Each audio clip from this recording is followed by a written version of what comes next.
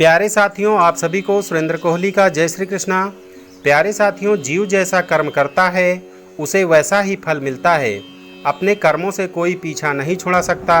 मौत के बाद आत्मा को जीवित अवस्था में उसके द्वारा किए गए कर्मों के आधार पर सजा का भुगतान करना पड़ता है।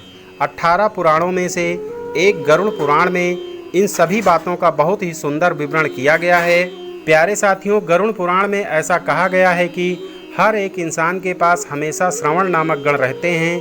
किसी को कभी ना दिखाई देने वाले ये गण मनुष्य के आसपास विचरण करते रहते हैं। स्वर्गलोक, पाताल लोक और मृत्युलोक में भ्रमण करने वाले ये गण ब्रह्मा जी के पुत्र हैं और इनका काम घूम घूम कर जीव के अच्छे बुरे कर्मों को देखना होता है। श्रवण नामक ये देवता दूर रहने पर भी हर एक चीज पर बारीकी से नजर रख सकते हैं और ये सुन भी सकते हैं। इसी वजह से इनका नाम श्रवण है। इंसान किसी काम को अगर सभी से छिपा कर भी अंजाम देता है तो भी श्रवण को इसकी भनक लग ही जाती है।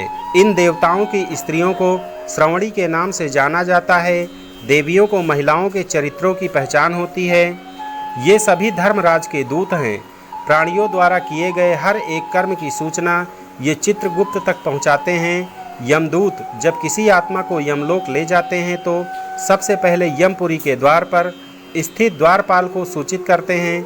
इसके बाद द्वारपाल द्वारा यह बात चित्रगुप्त तक पहुंचाई जाती है और चित्रगुप्त के माध्यम से यमराज जान पाते हैं कि कोई आत्मा उनके पास आई है।